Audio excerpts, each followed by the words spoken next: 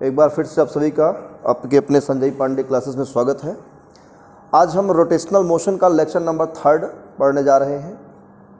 Lecture number 3, इसके पहले 2 lecture हम पढ़ चुके हैं इस चैप्टर के, जिसमें हमने सीखा सेंटर ऑफ मास क्या होता है, सिस्टम ऑफ पार्टिकल्स क्या होते हैं, उस पर कुछ न्यूमेरिकल्स हुआ है, और साथ ही साथ हमने रोटेशनल मोशन सीखा।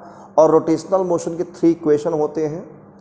Omega equal to omega naught plus alpha t, और क्या होते हैं theta equal to omega naught t plus half alpha t square. और थर्ड इक्वेशन क्या है, omega square equal to omega naught square plus 2 alpha theta, है ना। ये 3 चीज़ें हमने आपको इक्वेशन बता दिए हैं, और इसकी प्रूविंग इम्पॉर्टेंट नहीं है उतना, ना स्कूल के एग्ज़ाम में ही दिया जाता है। आप प्रूविंग कर सकते हो, जैसे कि equation of motion v equal to u plus a t, s equal to u t plus half a t square, और v square equal to u square plus 2as। ये हमने काइनेमेटिक्स में प्रूविंग कराया है, इंटीग्रेशन मेथड से। कराया नहीं कराया है? तो ठीक उसी प्रकार से हम यहाँ पर भी इसे प्रूफ कर सकते हैं, बट प्रूफ करने की रिक्वायरमेंट हमें नहीं है ज़्यादा, इस पर न्यूमेरिकल्स आपको आना चाहिए। तो एक क्वेश्चन करा दे इस पर, क्या एक क्वेश्चन मैं सोचता हूँ कि आप लोगों को करा दे क्वेश्चन। तो मेरे पास एक क्वेश्चन है इसका, तो मैं चाहूँगी आप सभी जो है वो क्वेश्चन पहले एक बार कर लें।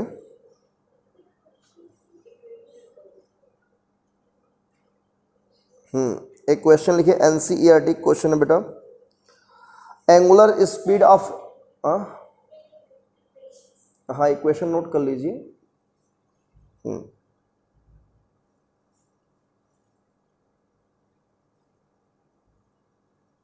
बोले CRT क्वेश्चन है ये, लिखिए। Angular speed of motor wheel, एक मोटर व्हील है, मोटर व्हील, मोटर का व्हील है ना, इज इंक्रीज होता है फ्रॉम 1200 आरपीएम टू 3120 आरपीएम। ये इंक्रीज होता है कितने सेकंड में? 16 सेकंड में ये इंक्रीज कर जाता है। यहाँ आरपीएम का मतलब होता है रिवॉल्यूशन पर मिनट। क्या होता है? रिवॉल्यूशन पर मिनट, ठीक है।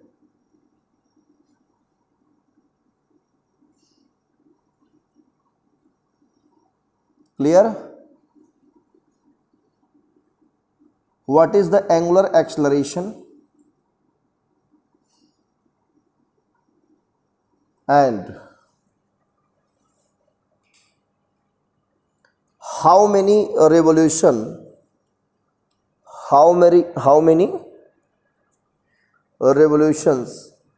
does the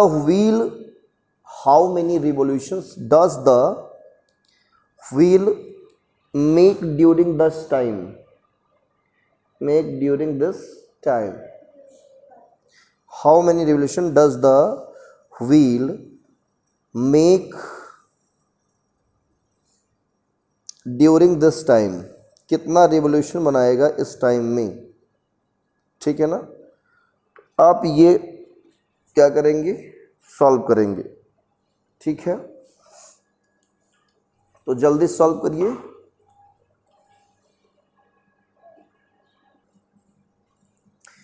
तो आपके क्वेश्चन जो दिया हुआ है बच्चों, ये आपका है फ्रीक्वेंसी दिया है, इनिशियल फ्रीक्वेंसी है। इस फ्रीक्वेंसी को हम एफ नॉट कहेंगे। क्या कहेंगे?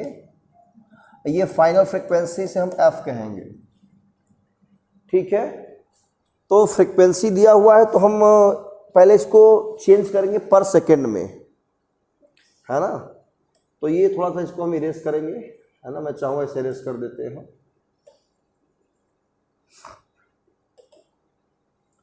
ये आपका आ जाएगा 1200 में 60 से डिवाइड कर दी, किससे? तो 120/6 कितना आएगा ये? 20 आरपीएस आ जाएगा। 20 आरपीएस का मतलब 20 रिवॉल्यूशन पर सेकेंड। क्लियर? इसको भी 60 से डिवाइड करते हैं, 3120 बटे 60, ये 0 कैंसिल हो जाएगा और ये 6 पंचे 30 है ना, एक बचेगा 6 दूना 12, 12 यानी 52 आरपीएस आएगा बेटा। कितना आएगा? 52 आरपीएस। क्लियर? अब हमें एंगुलर एक्सेलरेशन निकालना है अल्फा। क्या निकालना है? Angular acceleration alpha.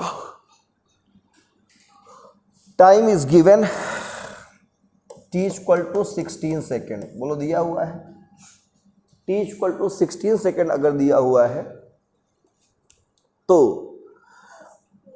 हम फर्स्ट इक्वेशन यूज कर सकते हैं, omega equal to omega naught plus alpha t. तो पहले हमें ओमेगा चाहिए, ओमेगा नॉट भी चाहिए, तो इसके थ्रू हम ओमेगा नॉट लिखेंगे और इसके थ्रू ओमेगा लिखेंगे। ओमेगा इक्वल टू क्या होता है, आपने पढ़ा है ना, omega equal to 2 pi f. बोलो पढ़ा है ना, 2 पाई एफ। ये पढ़ा ही नहीं पढ़ा है? अगर यहाँ नॉट लगा दे तो यहाँ भी क्या हो जाएगा, तो 2 पाई था ही, एफ नॉट कितना आपका है 20, तो कितना आएगा ये 40 पाई। ये आएगा रेडियन पर सेकेंड। कितना आएगा? Omega equal to 2 pi f हो जाएगा, तो 2 पाई इंटू एफ कितना है 52, और 52 टू जा 52 में 2 का मल्टीप्लाई करेंगे तो 2 दूना 4, 2 पंचे 10, 104 पाई आ जाएगा रेडियन पर सेकेंड। क्लियर? बोलो। अब फर्स्ट इक्वेशन लगा सकते हैं हम लोग, तो omega equal to omega naught plus alpha t. तो ओमेगा नॉट कितना हमारा दिया है 40 पाई, प्लस अल्फा कितना दिया है एक्स, एक मिनट उल्टा कर दिए हैं, हम इसको थोड़ा इरेज करेंगे। तो omega equal to omega naught plus alpha t, पहले हम यहाँ से अल्फा टी निकाल लेते हैं। ओमेगा माइनस ओमेगा नॉट, क्या करेंगे, अल्फा और टी को डिवाइड करेंगे तो अल्फा कितना आएगा, omega minus omega naught by T. कितना आएगा ये बताइए? ओमेगा 52 है पाई, माइनस 40 पाई बटा 16। सॉल्व करेंगे 2 और 5 में से 4 गया 1, 12 पाई बाई 16 आ रहा है। बोलो सही है?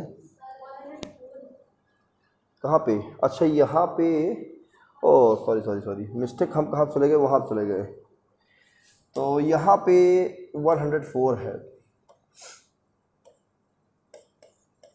कितना आएगा ये बताइए जल्दी से? 100 में 40 गया 64, 4 पाई आएगा रेडियन पर सेकेंड स्क्वायर नोटेड। क्लियर? निकाल लीजिए।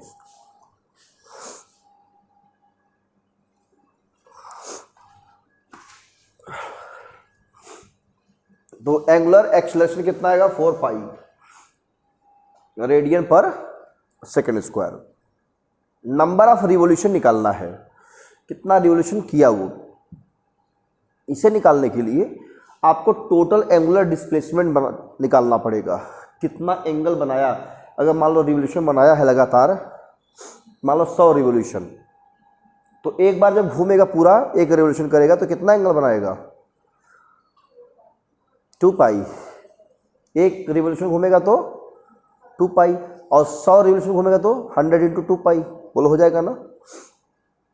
तो अब ये हमें कितना एंगल रिवॉल्यूशन घुमा, अगर ये निकालना है तो क्या करेंगे, हम टोटल एंगल निकाल लेंगे अपॉन 2 पाई से डिवाइड कर देंगे। बोलो, टोटल एंगल निकाल लेंगे, उसमें कितना डिवाइड कर देंगे 2 पाई से, तो नंबर ऑफ रिवॉल्यूशन मिल जाएगा ना।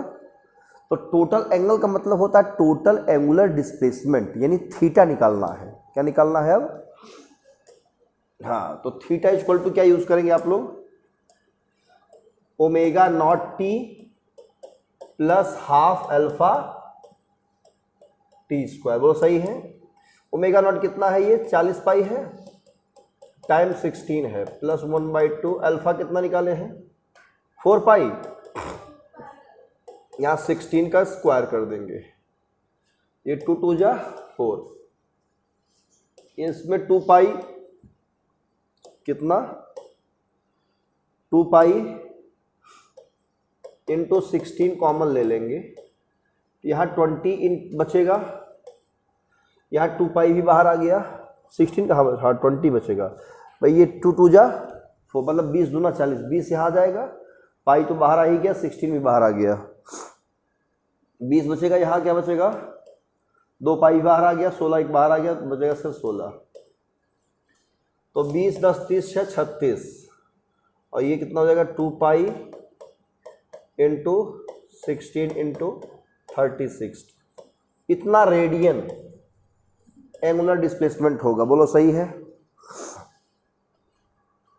हाँ इतना रेडियन एंगुलर डिस्प्लेसमेंट आएगा। तो नंबर ऑफ रिवोल्यूशन निकालना है, number of revolution theta by 2 pi, theta कितना है 2 पाई इंटू 16 इंटू 36 अपॉन 2 पाई, 2 पाई बेटा कैंसिल, मल्टीप्लाई कर दिए, 16 छक्का 96 और 16 तिया 48, 48 और 9 कितना होता है 57, 576 आएगा, इतना रोटेशन होगा, इतना बार ये रोटेट किया है। बोलो क्लियर है ये, बोलो बेटा। भाई एक रिवोल्यूशन करेगा तो 2 पाई एंगल, और 100 रिवोल्यूशन करेगा क्या करेंगे, 2 पाई से मल्टीप्लाई कर दोगे। अब यही अगर 100 निकालना है तो क्या करेंगे, तो टोटल एंगल जो बना है उसमें 2 पाई से डिवाइड कर देंगे। तो टोटल एंगल कैसे निकालेंगे, इस फार्मूले से, क्लियर। और 2 पाई तो हमें पता है, डिवाइड कर देंगे, आंसर आपका आ जाएगा, दैट्स इट, वेरी सिंपल। तो ये हो गया आपका रोटेशनल मोशन से जो इक्वेशन ऑफ मोशन हमने आपको लिखाया था उससे सवाल। तो आई होप कि अब इस ऐसा टाइप का सवाल जो है आप लोग इस प्रकार के जो क्वेश्चंस होंगे आप सॉल्व कर लेंगे, बोलो कर लेंगे, कोई कंफ्यूजन इसमें नहीं। तो हम अब आगे बढ़ेंगे, मोमेंट ऑफ फोर्स पढ़ेंगे और टॉर्क के बारे में पढ़ेंगे, क्योंकि इसका भी बहुत ज़्यादा इंपॉर्टेंट है। मोमेंट ऑफ फोर्स और टॉर्क ये पढ़ना है, प्रिंसिपल ऑफ मोमेंट्स क्या कहता है ये पढ़ना है, टॉर्क का वेक्टर फॉर्म क्या बनेगा वो सीखेंगे हम लोग,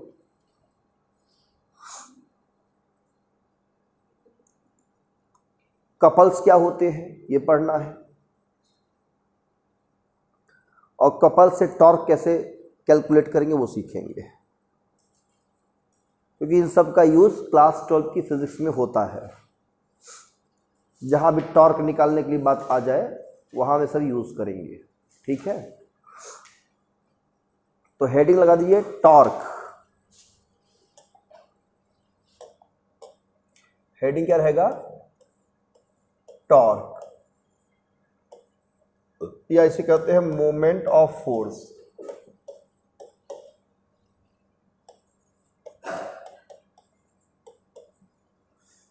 moment of force,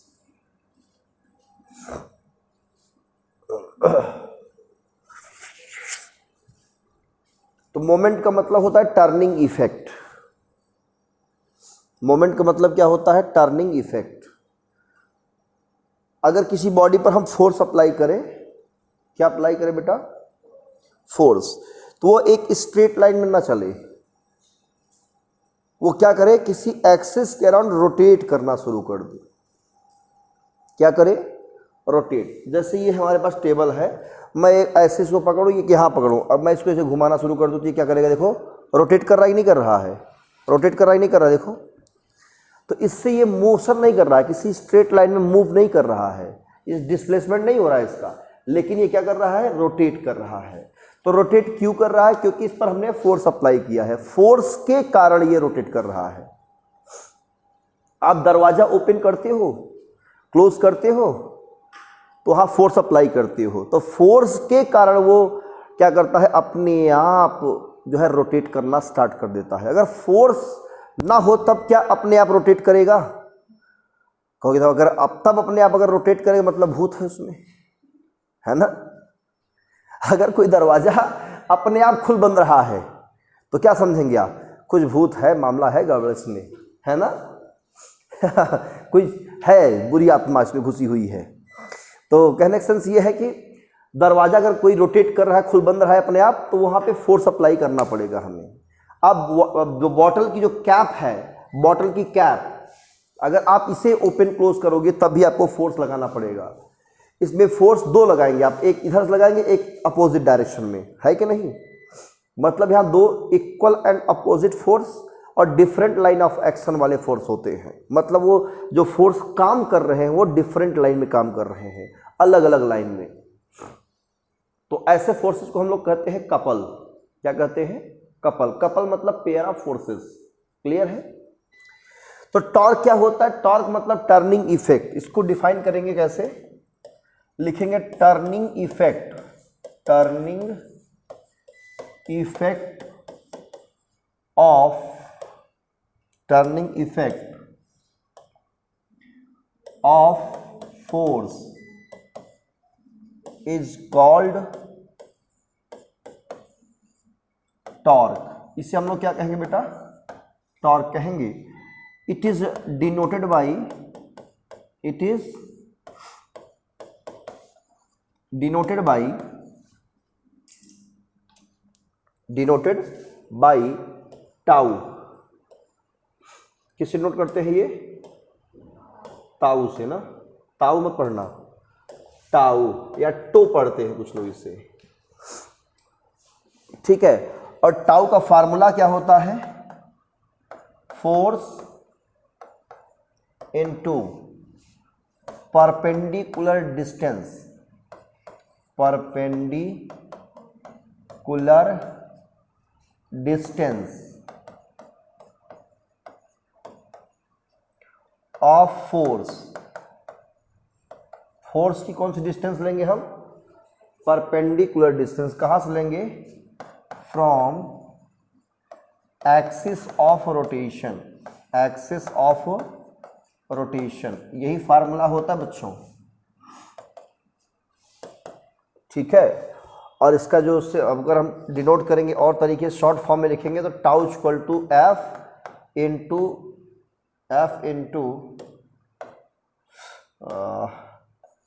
are perpendicular. R perpendicular मतलब परपेंडिकुलर डिस्टेंस लेंगे, कहाँ से, फोर्स से, कहाँ तक, फ्रॉम एक्सिस ऑफ रोटेशन। आइए इसका एक फिगर बनाते हैं हम लोग बढ़िया सा। इरेज करें इसको।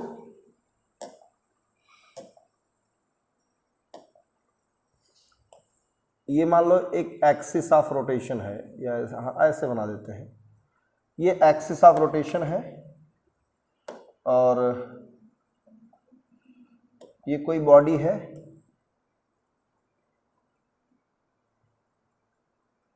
ठीक है। ये बॉडी इस एक्सिस के अराउंड क्या कर रही है, रोटेट कर रही है। एक्सिस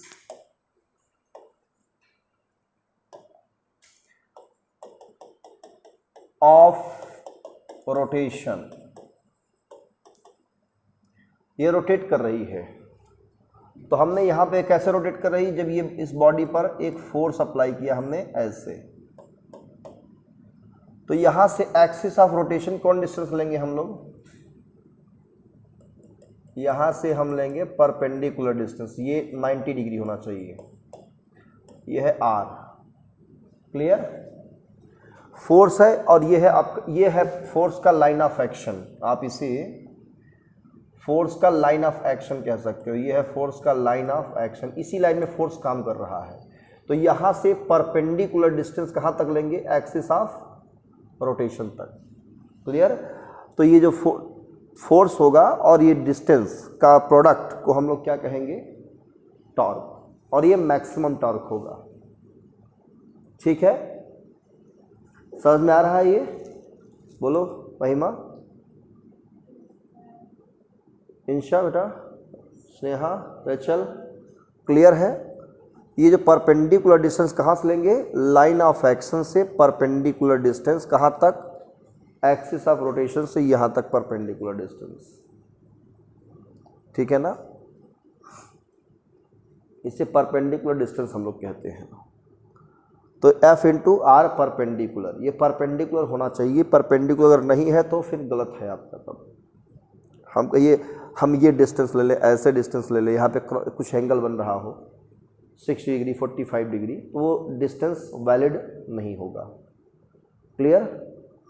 तो यही है टॉर्क, या इसी को हम मोमेंट ऑफ फोर्स कहते हैं, या टर्निंग इफेक्ट ऑफ फोर्स कह लीजिए। तो इतना लंबा चौड़ा बोलने से अच्छा है क्या बोल दीजिए, टॉर्क। क्लियर? टॉर्क का मतलब कोई बॉडी मूव करे ऑन अप्लाइंग फोर्स, मूव ना करे मतलब रोटेट करे, है ना, किसी एक्सिस के अराउंड। एरेस करें इसे, नोट कर लीजिए फिगर अच्छा सा। कोई बॉडी है, इस पर फोर्स लगाया गया, इस पॉइंट पे कितना डिस्टेंस है, ये परपेंडिकुलर डिस्टेंस है, ये है लाइन ऑफ एक्शन, ये है एक्सिस, इसी एक्सिस के अराउंड बॉडी क्या करेगी, रोटेट करेगी सर्कुलर पाथ में। तो इसका मोशन कैसा होगा, रोटेशनल मोशन या एंगुलर मोशन। ठीक है, तो यहाँ इस चैप्टर में जो भी चीज़ें हम पढ़ेंगे सब रोटेशनल मोशन ही रहेगा। और रोटेशनल मोशन है क्या, एक स्पेशल टाइप का सर्कुलर मोशन है, जिसके सभी पार्टिकल्स का जो पाथ होगा सर्कुलर पाथ होगा, और उन सभी सर्कुलर पाथ का सेंटर कहाँ लाई करेगा, उसी एक्सिस पर लाई करेगा। क्लियर? तो ऐसे मोशन को हम लोग क्या कहते हैं, रोटेशनल मोशन या एंगुलर मोशन। उसका इक्वेशन पढ़ा, न्यूमेरिकल सॉल्व किया। अब हम ये पढ़ने जा रहे हैं कि कोई बॉडी रोटेशनल मोशन क्यों करेगी। तो क्यों करने का मतलब यह है कि उस पर फोर्स अप्लाई हो रहा है, और फोर्स अप्लाई करने से वो रोटेट कर रही बॉडी, तो फोर्स का ही क्या है, टर्निंग इफेक्ट है, और इसका नया नाम क्या रखा गया, torque. Clear? Formula F into R perpendicular. चलिए, इसकी SI यूनिट क्या होगी, SI यूनिट ऑफ टाउ क्या होगा, फोर्स का होता है न्यूटन और उसका होता है मीटर, तो न्यूटन इंटू मीटर। ठीक है, टाउ कैसी क्वांटिटी होती है, torque is a vector quantity. ठीक है, कौन सी क्वांटिटी, वेक्टर क्वांटिटी। तो इट्स वेक्टर फॉर्म कैसा होगा, वेक्टर फॉर्म, ये होता है vector tau, vector R cross vector F. ये क्रॉस प्रोडक्ट को फॉलो करता है, किसको फॉलो करता है, क्रॉस प्रोडक्ट को। तो आर क्रॉस एफ होता है, और टाउ का जो डायरेक्शन होता है ना, अगर हम निकालें तो इसका डायरेक्शन छिपा होता है। हाँ, हिडन है डायरेक्शन, इसका छिपा है, मतलब एकदम क्लियर नहीं है कि हाँ डायरेक्शन किधर होगा। जैसे फोर्स इधर लगाए तो डायरेक्शन इधर है, लेकिन इसमें जो फोर्स लगा रहे हैं वो उसका तो डायरेक्शन मिल रहा है, बट जो ये टाउ बन रही है क्वांटिटी, इसका डायरेक्शन नहीं मिल रहा है। तो इसका डायरेक्शन हम लोग कैसे निकालते हैं मालूम है, right hand thumb rule use करते हैं। कौन सा रूल, हाँ, direction of tau can be determined by using right hand thumb rule। Right hand thumb rule use करके हम लोग क्या करते हैं, बता लेते हैं। जैसे मान लो कि ये y एक्सिस है, ठीक है, ये x एक्सिस है, ऐसे है, ये z एक्सिस है। ठीक है, यहाँ आपका थंब है, ठीक है,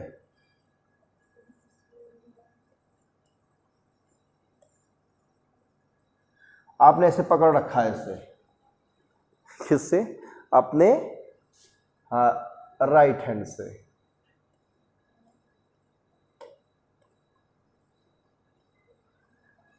राइट हैंड से पकड़ के रखा है आपने, तो ऐसे जब पकड़ेंगे तो जो फिंगर्स है, ये फिंगर्स किधर है, फिंगर इस डायरेक्शन में है। देखिए फिंगर जो है आपका है इस डायरेक्शन में है, बोलो है कि नहीं है।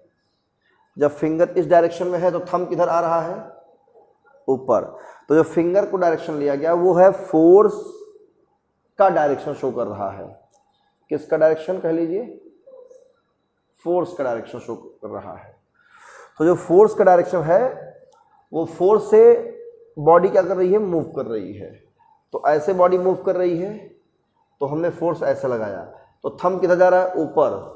तो इधर इसी डायरेक्शन में क्या होगा, आपका टॉर्क का डायरेक्शन होता है। जिधर हमारा क्या होता है थंब, उधर ही हमारा क्या होता है टॉर्क का डायरेक्शन। अगर बॉडी ऐसे मूव कर रही है इस तरह से ऐसे, तो फोर्स इधर लग रहा है, इधर लग रहा है, इसका मतलब तब फोर्स ऐसे करेंगे हम, तो थंब किधर आएगा, नीचे। तो टॉर्क किधर हो जाएगा, नीचे की तरफ, मतलब वाई एक्सिस के नेगेटिव डायरेक्शन में। ये पॉजिटिव है और ये क्या है, नेगेटिव। इसका मतलब ये कौन सा डायरेक्शन है, ये एंटी क्लॉकवाइज है। बोलो बॉडी कैसे मूव कर रही है, एंटी क्लॉकवाइज। तो जब एंटी क्लॉकवाइज मूव करेगी तो टॉर्क किधर होगा, पॉजिटिव रहेगा, ऊपर की तरफ। बोलो तो एंटी क्लॉकवाइज ये टॉर्क भी दो तरह से बन जाता है, एक एंटी क्लॉकवाइज टॉर्क, एक क्लॉकवाइज टॉर्क। तो एंटी क्लॉकवाइज ये दिखा दे रहे हैं ना, तो इसमें टॉर्क किधर है, ऊपर। तो एंटी क्लॉकवाइज टॉर्क क्या होगा, पॉजिटिव की नेगेटिव। हाँ, तो इस चीज़ को ध्यान रखना, anti clockwise torque, anti clockwise torque ये आपका पॉजिटिव होता है, ये भी नोट कर लीजिए नोट्स में। बट क्लॉकवाइज टॉर्क क्या होता है, नेगेटिव होता है। ठीक है ना, इस चीज को ध्यान रखना। कोई कंफ्यूजन इसमें, याद रहेगा बच्चों।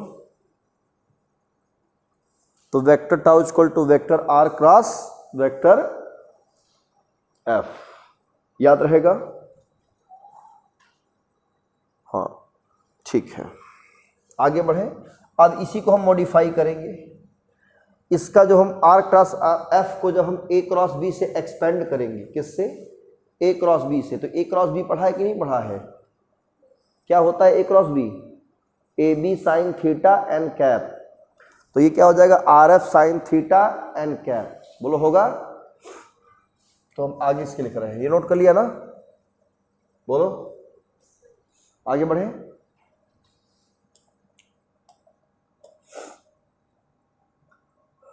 और वेक्टर टाउ हमारा होगा R F sine theta N cap. ठीक है, तो ये आ जाएगा। अब यहां लिखेंगे taking only magnitude, taking only magnitude. जब मैग्नीट्यूड ले लेंगे तो मॉड ऑफ वेक्टर टाउ बनेगा mod of R F sine theta N cap. तो यहां से मैग्नीट्यूड जब लेंगे तो ये क्या होगा, सिर्फ टाउ बनेगा, tau are F sine theta क्या हो जाएगा, बाहर होगा, और मॉड ऑफ एन कैप बचेगा, उसकी वैल्यू क्या होती है, 1 होती है। मॉड ऑफ एन कैप कितना होता है, 1।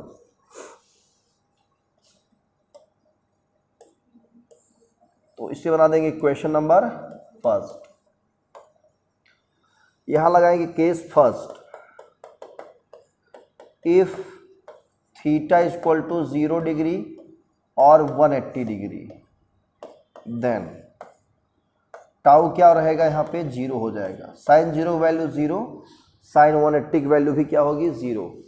मतलब फोर्स और आर के बीच एंगल क्या हो, 0 डिग्री हो या 180 डिग्री हो। मतलब जिधर डिस्टेंस है उधर डायरेक्शन में ही हम क्या लगाएंगे, फोर्स।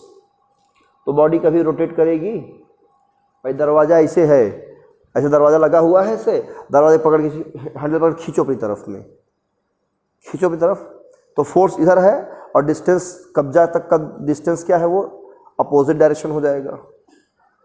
तो दरवाज़ा उखड़ के हाथ में आ जाएगा लेकिन रोटेट नहीं करेगा। क्लियर? तो इस कंडीशन में क्या होगा, 0 डिग्री पे और 180 डिग्री पे रोटेशन नहीं होगा, मतलब टॉर्क 0 है। No rotation no torque. Now case second,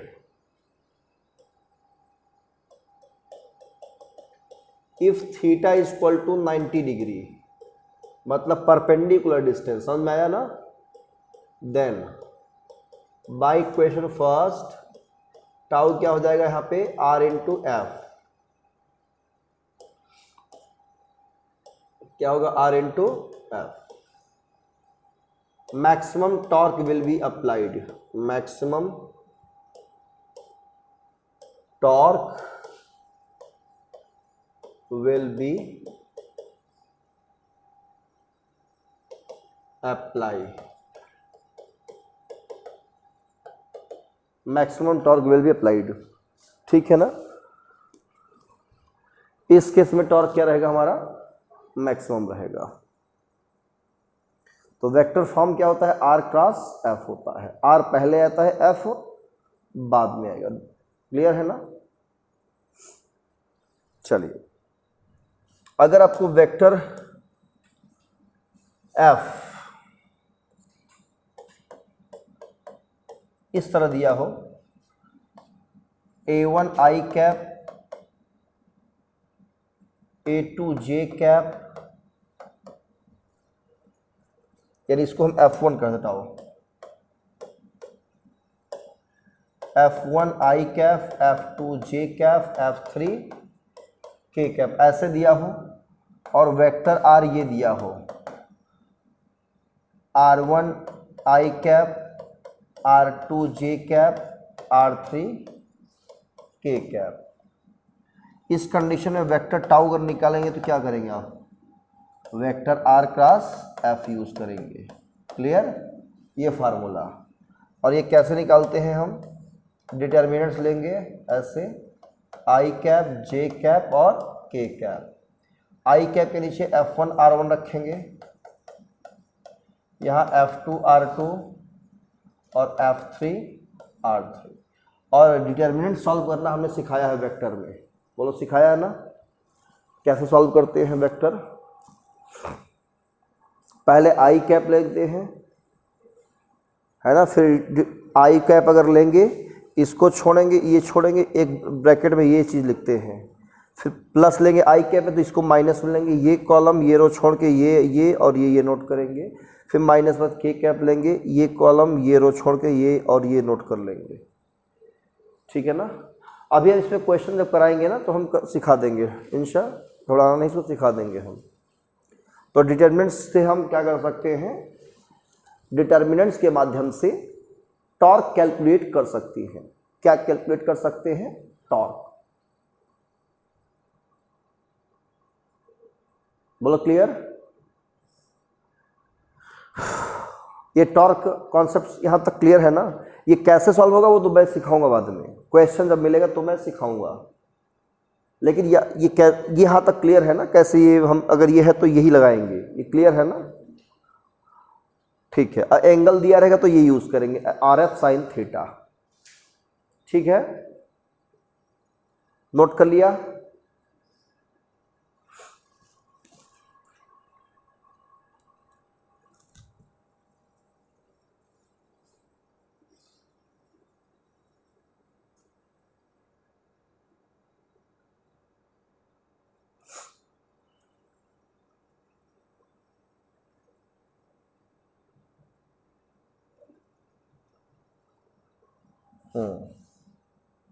Eris कर दें।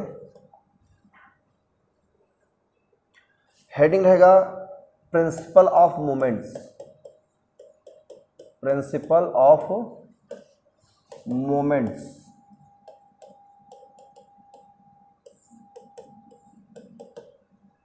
प्रिंसिपल ऑफ मोमेंट्स क्या होता है, कोई बॉडी रोटेट कर रही है, अगर वो रोटेशनल इक्विलिब्रियम में है तो नेट टॉर्क क्या होगा, 0 होगा। ठीक है ना? If a body is in rotational equilibrium, then net torque on the body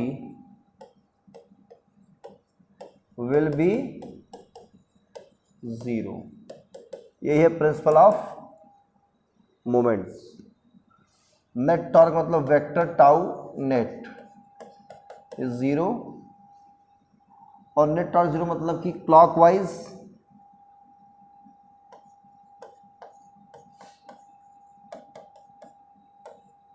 torque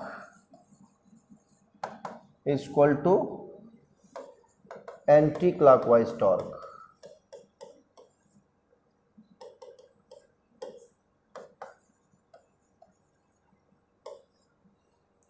clockwise torque is equal to anti clockwise torque. भाई एक प्लस होगा एक माइनस लेंगे, माइनस को वाला इधर ट्रांसफर कर देंगे, दोनों बराबर हो जाएंगे। Clear? Clockwise torque is equal to anti clockwise torque, इसी को बोलते हैं principle of moments. Some time इसे हम लोग प्रिंसिपल ऑफ लीवर भी कहते हैं। लीवर आपने देखा ना, दो बच्चे झूला झूलते हैं पार्क में, कैसे रहता है कि इधर मूव करता है इस तरह से, एक लड़का यहाँ बैठा था ये उठता है, इधर बैठता है ये उठा, इस तरह से, इसको बोलते हैं लीवर। क्या बोलते हैं? और इसी एक्सिस, देखो ये क्या है एक्सिस, इसी एक्सिस के अराउंड क्या कर रहा है, ये रोटेट कर रहा है। जब ये नीचे जा रहा है तो इधर इस डायरेक्शन में इसका टॉर्क है, और इसका टॉर्क इधर है, ऊपर की तरफ है। जब ये नीचे जाएगा तो इसका टॉर्क इधर रहेगा, इसका टॉर्क इधर रहेगा, ऊपर की तरफ रहेगा। क्लियर ना? तो इसे बोलते हैं clockwise torque is equal to anti clockwise torque. तो यहाँ पर भी हम फार्मूला अप्लाई कर सकते हैं। जहाँ दो टॉर्क मिल रहे हों, एक क्लॉकवाइज और एक एंटी क्लॉकवाइज, वो दोनों क्या होंगे? इक्वल होंगे। अगर इक्वल है तो प्रिंसिपल ऑफ मोमेंट है वो। ठीक है ना? अब हेडिंग है कपल। हेडिंग डालो कपल, COUPLE। कपल मतलब पेयर, पेयर ऑफ फोर्सेस। ठीक है? जैसे मान लो एक बॉडी ये है, ये एक बॉडी है,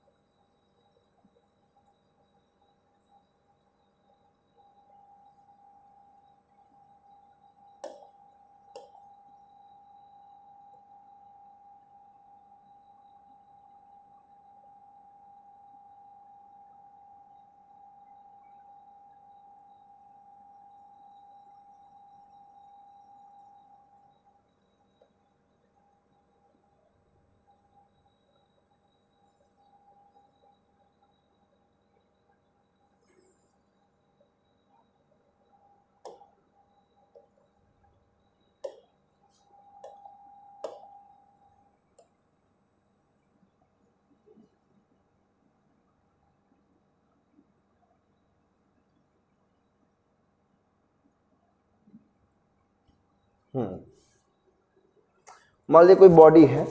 ठीक है? इस बॉडी का जो कह लीजिए कि लेंथ कितना है वो हम मान लेते हैं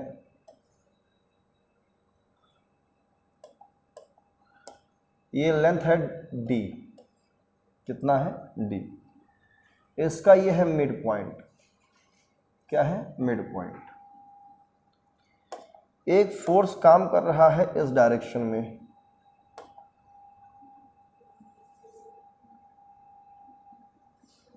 ठीक है? एक फोर्स काम कर रहा है इस डायरेक्शन में,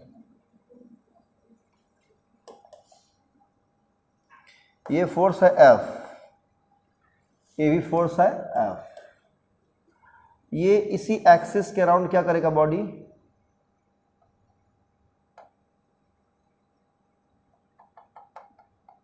इसी एक्सिस के अराउंड बॉडी क्या कर रही है? रोटेट कर रही है। ये मतलब ऐसे, ये एक्सिस है, ये एक्सिस हम ऐसे दिखा दिए हैं। इस एक्सिस के अराउंड बॉडी क्या कर रही है? ऐसे से रोटेट कर रही है। तो ये फोर्स इस लाइन में काम कर रहा है, ये लाइन है इसकी। इस फोर्स का जो लाइन ऑफ एक्शन क्या है, वो ये है लाइन ऑफ एक्शन। दोनों मैग्नीट्यूड में क्या है, इक्वल है। इसका डायरेक्शन इधर है, इसका डायरेक्शन इधर है। तो ऐसे फोर्सेस कहते हैं क्या क्या, कपल। जब दो फोर्स किसी बॉडी पर एक्ट हो रहे हो, ये बॉडी अकेली है ना, दो फोर्स मैग्नीट्यूड में क्या हो, इक्वल हो, डायरेक्शन में अपोजिट, और different of line of action में काम कर रहे हो, तो ऐसे फोर्सेस कहते हैं पेयर ऑफ फोर्सेस या कपल कहते हैं। ठीक है ना। लेकिन when two equal and opposite forces, when two equal and opposite forces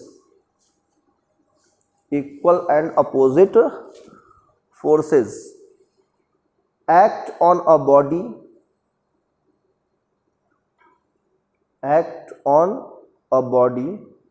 but in a different line of action,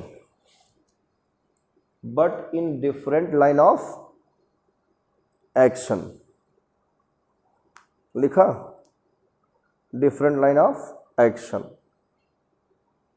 then the forces are called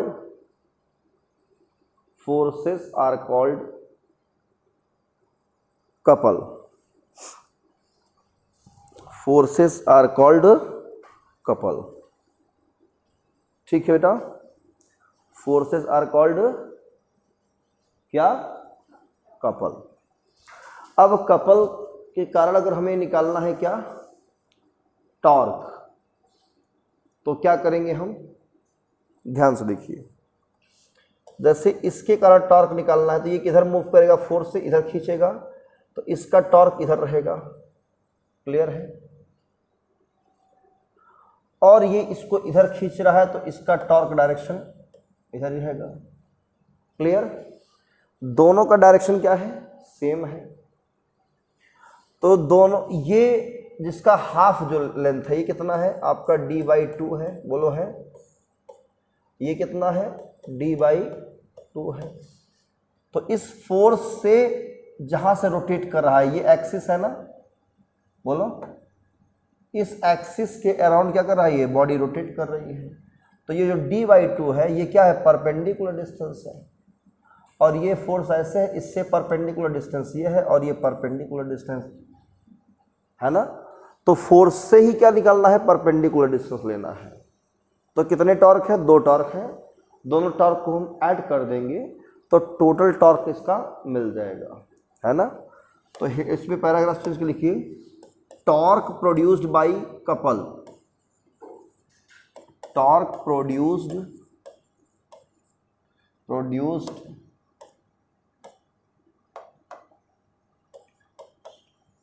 by couple, ये कितना होगा, tau equal to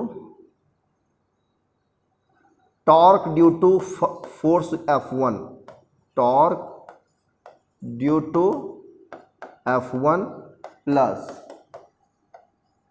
torque due to F2। F1 कारण जो torque होगा वो, और जो F2 कारण जो टॉर्क होगा वो टॉर्क, दोनों टॉर्क क्या करेंगे, हम ऐड कर देंगे। ये टॉर्क कैसे निकालेंगे हम, F1 इंटू d/2 है कि नहीं, F1 इंटू d/2 प्लस वो टॉर्क कैसे निकालेंगे, F2 इंटू d/2। अब F1 F2 क्या है यहाँ पे, इसे हम F1 कह लेते हैं, पहला फोर्स, इसे F2 कह देते हैं। दोनों फोर्स क्या है, इक्वल है मैग्नीट्यूड में, तो यहाँ हम F रख सकते हैं ना। तो टाउ कितना आएगा, Fd/2 प्लस Fd/2, कितना Fd/2, 2Fd/2, 2 कैंसिल, तो टाउ कितना आया, F इंटू डी, मतलब आइदर फोर्स, इन दोनों में से कोई एक force into perpendicular distance between them. इन दोनों के बीच परपेंडिकुलर डिस्टेंस कितना है, कैपिटल डी। क्लियर, यहां तक नोट कर लीजिए।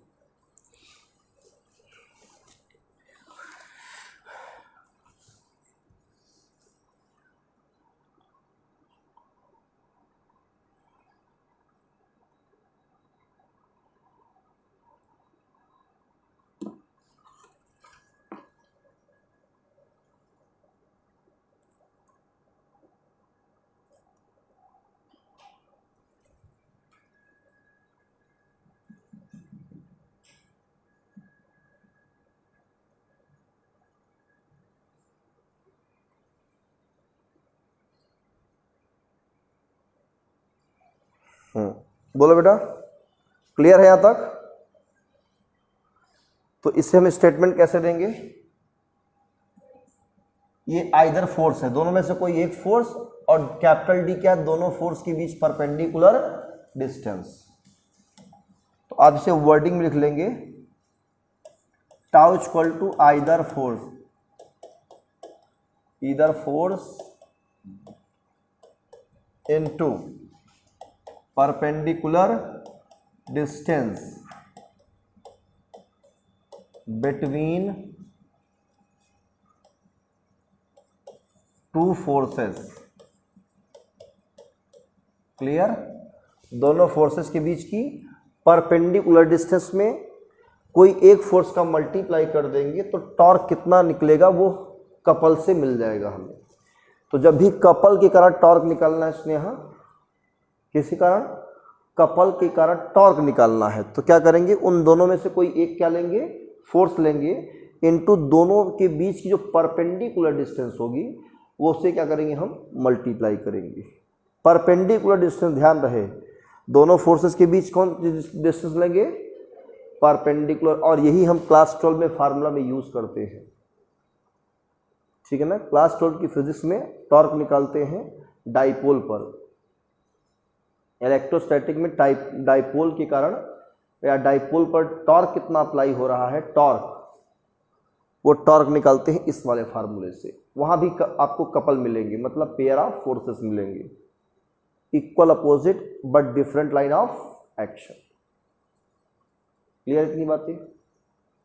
कोई कंफ्यूजन इसमें? सही है? तो ये है आपका टॉर्क के बारे में, कपल के बारे में, कपल से कितना टॉर्क मिलेगा। अब इसमें एक हेडिंग और हम लोग पढ़ेंगे, एंगुलर मोमेंटम। मोमेंटम तो पढ़ा है ना? बोलो, मोमेंटम मतलब मास इनटू वेलोसिटी, mv। तो एंगुलर मोमेंटम क्या होगा वो हमें पढ़ना है। तो हेडिंग रहेगा एंगुलर मोमेंटम। हेडिंग क्या रहेगा? Angular momentum. कोई पूछे एंगुलर मोमेंटम क्या होता है, व्हाट इज एंगुलर मोमेंटम? तो जो लीनियर मोमेंटम होता है उसे जनरली मोमेंटम कहेंगे। मोमेंटम के मोमेंट को, मोमेंटम के मोमेंट को क्या कहेंगे हम? Angular momentum. लिखिए, the moment of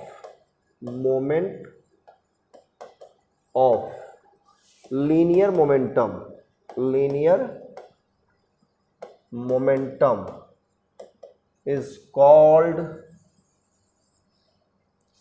angular momentum, angular momentum। It is denoted by capital L। It is a vector quantity। कैसी क्वांटिटी है? वेक्टर क्वांटिटी, ठीक है।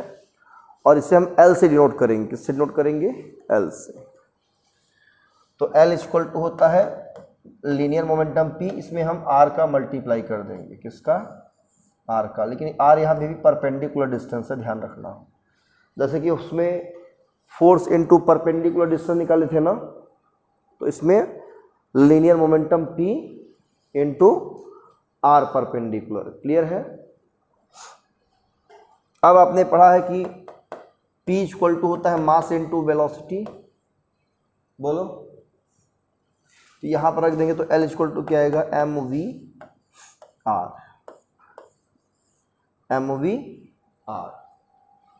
तो एंगुलर मोमेंटम की फार्मूला ध्यान रहेगा, mv/r। इलेक्ट्रॉन का एंगुलर मोमेंटम निकालते हैं ना, बोर्स एटॉमिक मॉडल में पढ़ा है। इलेक्ट्रॉन उसी ऑर्बिट में रिवॉल्व करता है जिसमें उसका एंगुलर मोमेंटम h/2 पाई का इंटीग्रल मल्टीपल होता है। पढ़ा है कि नहीं पढ़ा है? h/2 पाई का इंटीग्रल मल्टीपल मतलब nh/2 पाई, और ये होता है mv/r। यही है mv/r। ठीक है, चलिए इसका वेक्टर फॉर्म क्या बनेगा?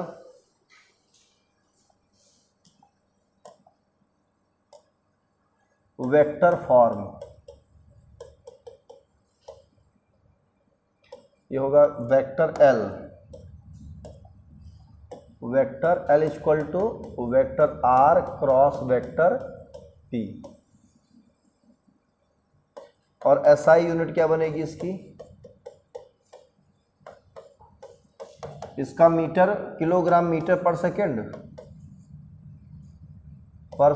इनटू मीटर, तो किलोग्राम मीटर स्क्वायर पर सेकेंड, ये इसकी एसआई यूनिट होगी। क्या डायमेंशनल फार्मूला निकाल सकते हो MVR वाले से या PR वाले से? डायमेंशनल फार्मूला, डायमेंशनल फार्मूला क्या होगा इसका, ऑफ एल का, P का होता है MLT-1, बोलो मोमेंटम का क्या होता है MLT-1, और लेंथ का L, तो कितना जाएगा ML2T-1, T-1। यह है एंगुलर मोमेंटम का डायमेंशनल फार्मूला। क्लियर?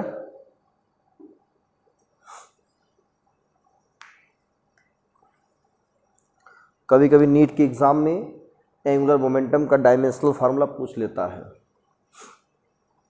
जब एंगुलर मोमेंटम पढ़ ही रहोगी तभी तो निकाल पाओगी ना। मान लो अभी तो हमने लिखा दिया, अभी याद कर ली, बाद में भूल गई, और जब भूल जाओगी तब क्या करोगी, कैसे करोगी? तो निकालना पड़ता है। उसके लिए आपको मेन फार्मूला मालूम होना चाहिए। अगर मेन फार्मूला आपको याद नहीं है तो एंगुलर मोमेंटम का डायमेंशनल फार्मूला आप नहीं निकाल पाओगे। ठीक है ना? दोनों इंपॉर्टेंट है अपने अपने जगह पे।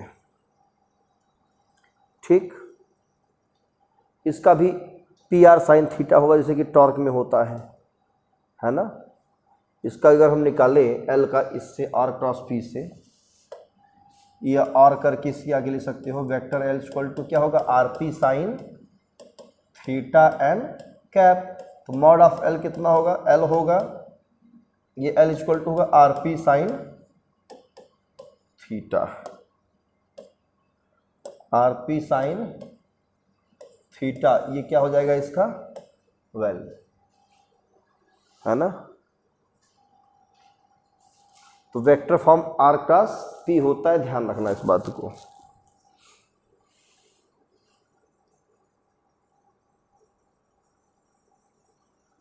क्लियर बच्चों यहां तक? बोलो एंगुलर मोमेंटम तक कोई कंफ्यूजन? यह है लेक्चर नंबर 3 आपका। बहुत है, ज़्यादा ओवर हो जाएगा ना।